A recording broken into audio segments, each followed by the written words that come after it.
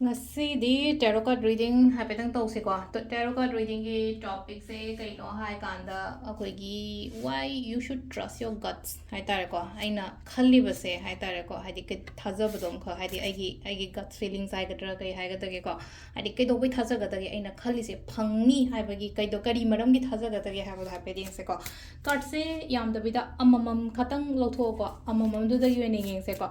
Ado sida ai na lokthok to je haidi pa sum kari kra amta khaido ore ko haidi ama ni ahum ga thamdana haidi nunga tawra ko laga duna maramang ta budi tawe ko tara so yeng bata gyan ta de har pe yawe duna haidi ngasai gi card se mayam lokthok ta bida harasne ko amam gatang lokthok ga yeng ase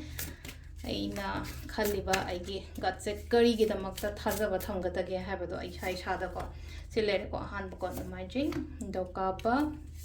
laiba pokpa yumza kaisa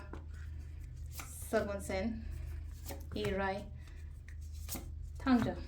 chile ko kartare se ko yam changmo reading to je yam changmo yam bore yam chubune na mate ko ina ko khwai ahan pa da silai se ko hadi ai ahan oigera ama oigera ko silai se ko ai gi wakhan se yamna energetic oeba hozik phawda leina ko ai tauba ngamgani haiba gi leina ko chei kunmari kunmanga gi energies ne yam seng ha kan chei kunmari kunmanga gi ngang sui ngam be ko atar ko song sai chei ni phu yang thai gi ahan humpu gi ahan yeng ko su leina ko silai se aina khalli se hadi ai ngamni haiba gi leina ko thaina hai tar ko aina chei kun ga something suba matam da hai da adu gi energy do hozik phawda dum feel toeba aduna silaina ko ai chatkani taugani ngamgani leina ko aingonda aina hotnaba matamda leina ko afaba lakani haibagi thajaba leyeba khambra duna haidi sigi thajaba se haite manghan bigano silai je ko sigi thajaba se manghan bigano aingonda ai gi chatori ba lambi sta ai da pan kemta leiroi haibagi adu gi wakhana ma sulai jare ko confident yam leiri ko haidi aduna haidi ai gi sigi confidence manghan bidaba ko han ba ko si se khoi gi numai jing harasine ko numai jing lere madangi ning do ka ba ko ning do ka ba sina silai se kaino hai kan se da problems na laksano ma tawsano ai face tawba ngamgani haibagi dumaina isada sida sulaina ko thajaba lay basilena ko problems laksano ken oma tawsano haidi aigi keno torakani haidi mayon chongak pa kholak pa silena ko haidi no ma di pharakani haibagi adui wakhalai jai ko haidi aigi gut feelings ai tar ko positive oi jari basum mande ni oina haraga su ko haidi sida leina khatang haidi hojik se leina ko negative kumba haidi negative pattern gumba kai gumba di lay ko leiraga su leina ko haidi thoughts ti am positive oina la ko sidana haidi sigi positive thoughts ama kari ma leise manghan bigano ko sesina ko gi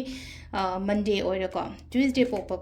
pokpa ngai gi oina silaise ko haidi aina tawba matamda aingonda kanagani haibagi adu wakhalon ama leijariba wakhanje pure oi ko yam sengna hara kanda leina ko pure oi mature oi angang oi taraga su leina ko ahan gi sign ni ko silaise ko aduduna silaina ko haidi isaje energetic oi yam phajana leina ko aina chatke tawge kaina khaliba mayam se leina ko purity haina haragadi silaina ko hui ama phami na mai manakta aduna haidi phana khanba oina oibado haitara ko silaise ko hui kaina haragadi agoi hui ji mapu ningdra maromda aduna haitara ko haidi moise innocent oidna ko aduna sila iba mayam se ko knowledge su yam lei ko haidi aina aigi gut feeling kari kra haragadi aina chatke tawge kaina khaliba khole knowledge yam le haidi magi maningda ga leriba leone ha book shelves ki ka mayam se leino ko haidi already he has done lots of things never he or she ko silaise ko sisina ko gi kaino lere ko leba ko bole ko yumja kaisha gi why should aigi gut feeling se kai do be keno yumja kaisha yam phazare card se makha silaise leino ko ai yam phazana balance toroga chatle ba thabak to matam sita ko balance ishana khangje ko yam phazana balance tor chatle ai mingonda kaide mingonda lande aduduna aingonda afaba lakani habagi gut feeling ama laire sisina ko gi yumja kaisha gi ko sagon sen gi silai na ko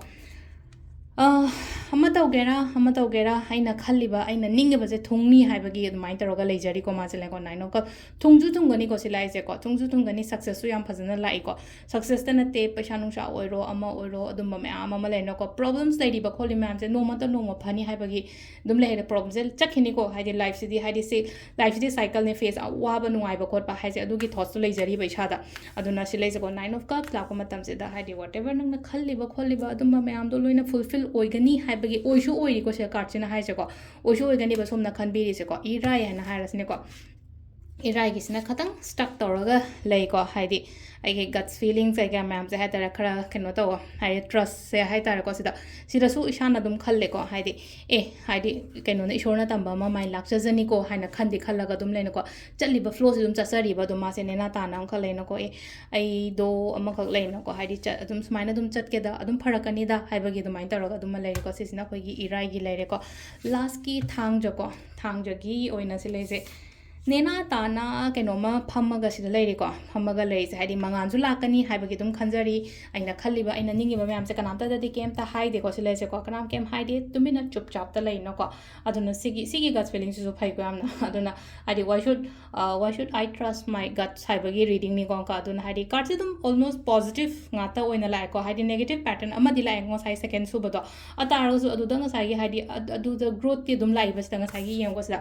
ꯀꯥꯔꯠꯁꯤꯗ ꯌꯦꯡꯉꯨꯀꯣ ꯍꯥꯏꯗꯤ ꯑꯁꯪ ꯑꯃꯥꯟ ꯀꯩꯀꯥ ꯂꯥꯛꯇ꯭ꯔꯥ ꯑꯁꯪ ꯑꯃꯥꯟꯒꯨꯝꯕ ꯀꯩꯀꯥ ꯍꯥꯏꯗꯤ ꯅꯥꯄꯤꯒꯨꯝꯕ ꯀꯩꯒꯨꯝꯕ ꯁꯨꯝ ꯍꯥꯏꯗꯤ ꯑꯁꯪꯕ ꯃꯤꯟꯁ ꯍꯥꯏꯗꯤ ꯒ꯭ꯔꯣꯠꯀꯨꯝꯕ ꯀꯩꯒꯨꯝꯕꯅ ꯁꯤꯗ ꯅꯣꯡꯈꯥꯡꯁꯨ ꯆꯥꯏꯔꯤꯀꯣ ꯁꯤ ꯂꯩꯁꯦꯀꯣ ꯅꯣꯡꯈꯥꯡꯁꯨ ꯆꯥꯏ ꯅꯣꯡꯈꯥꯡ ꯆꯥꯏꯕ ꯍꯥꯏꯔꯒꯗꯤ ꯑꯐꯕꯗꯤ ꯅꯠꯇꯦꯗꯅꯀꯣ ꯅꯣꯡꯈꯥꯡ ꯆꯥꯏꯔꯤ ꯑꯗꯨ ꯇꯥꯔꯒꯁꯨ ꯉꯁꯥꯏꯒꯤ ꯅꯥꯀꯟ ꯅꯥꯀꯟꯁꯤꯗ ꯒ꯭ꯔꯤꯅꯔꯤꯒꯨꯝꯕ ꯀꯩꯒꯨꯝꯕ ꯂꯩꯕꯅꯤꯅ ꯍꯥꯏꯇꯥꯔꯦꯀꯣ ꯁꯤꯗ ꯌꯥꯝ ꯀꯥ ꯍꯦꯟꯅ ꯑꯩꯈꯣꯏꯅ ꯅꯦꯒꯦꯇꯤቭ ꯄꯦꯇꯔꯟꯁ ꯀꯩꯀꯥ ꯃꯌꯥꯝꯁꯦ ꯍꯥꯏꯗꯤ ꯁꯦꯝꯗꯣꯛꯄ ꯌꯥꯏꯕ ꯌꯥꯝ ꯁꯦꯡꯅ ꯆꯦꯟꯖꯀꯨꯝꯕ ꯂꯥꯛꯄ ꯈꯣꯠꯄ ꯑꯗꯨꯃꯥꯏꯅ ꯇꯧꯔꯒ ꯑꯗꯣ ꯁꯤꯗ ꯂꯩꯔꯦꯀꯣ ꯑꯩꯈꯣꯏꯒꯤ